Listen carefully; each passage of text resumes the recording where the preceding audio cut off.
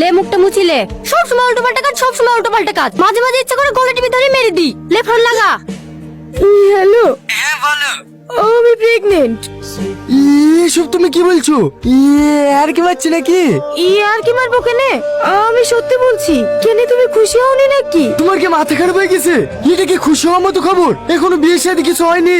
এইসব কথা লোকে জানতে পারলে আমার মান সম্মান থাকবে? তাহলে তোমার আব্বা আমাকে বলি যত তাড়াতাড়ি পারো আমাকে বিয়ে করে নাও। না না, এখন বিয়ে করা যাবে না। তুমি একটা ভালো ডাক্তার দেখে ওকে শুদ্ধ আসতে বল। তাহলে তুমি আসো, এসে আমাকে ডাক্তারখানায় নিয়ে যাও। আমি এখন যেতে পারবো না, আমার অনেক কাজ আছে। তুমি 4টার সাথে ডাক্তারখানায় যাও, যা টাকা লাগবে আমি পাঠিয়ে দেবো। রাখছি। এবার কি করবি? তোর মনে হয়েছে ও তোকে বিয়ে করবে? বাড়ি কোথায় মাস্টারের? জানিনি, বাজারে ঘর ভাড়ালি থাকে। এক চোর মেরে মেরে ফেলতে মন যাচ্ছে। সব সময় উল্টো পাল্টা কাজ। কত বকছি কেনে রে? এখন কি করবো তাই বল। নানিদের বাড়ি যা, ওই গ্রামে ভালো একটা গায়নের ডাক্তার আছে, ওখানে কি দেখি লেগা। আশেপাশে দেখাতে কি কেউ জেনে ফেললে পরে দুর্নাম হবে। ঠিক আছে। লেন, একা এসছো? তোমার হাজবেন্ড আসেনি? না, এই হলো ছেলেদের দোষ। বিয়ে হয়ে প্রথম প্রথম 2-6 মাস খুব ভালোবাসবে, 1-2 বছর হয়ে গেলে সব ভালোবাসা হারিয়ে যায়। 6 নাম্বার সুপর্ণা বিশ্বাস। আমি। ভিতরে আসুন। আপনার কয় নাম্বার?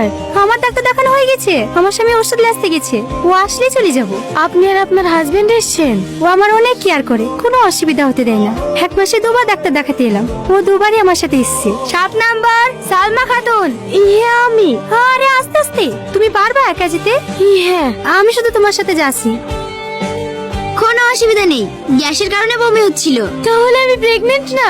আরে না না, আর তোমার শরীরে রক্তের ঘাটতি আছে, খাওয়া দাওয়াটা মেনটেন করবে। আর 2টো গ্যাসের ট্যাবলেট লিখে দিলাম, খালি পেটে খেয়ে নেবে। ঠিক আছে। তুমি তুমি আমার হাজবেন্ডকে চেনো নাকি? হ্যাঁ, ও আমার স্কুলে পড়ে। এখানে কি ব্যাপার? তুমি জানো না আমি এখানে কেন এসেছি? সেদিন পেটে ব্যথা হলে ছুটি নিলে, তার জন্য না? চলো চলো, আমাদের আবার লেট হয়ে যাচ্ছে।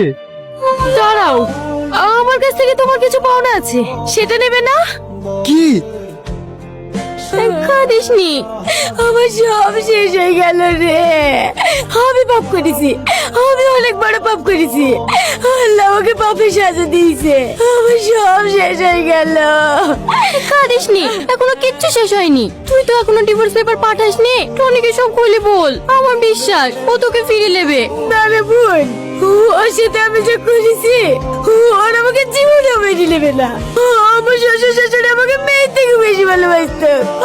আর আমি সেই শ্বশুরকে কি করছিস? তুই একটু শান্ত দে, মোবাইলটা আমাকে দে, আমি ফোন করছি। বাড়িতে কেউ আছেন? এই সময় আবার কে ডাকছে? হ্যাঁ বলেন। সালমাকে, সালমার নামে একটা পার্সেল আছে। পার্সেল? তোর নামে একটা পার্সেল আছে? বাইরে আয়।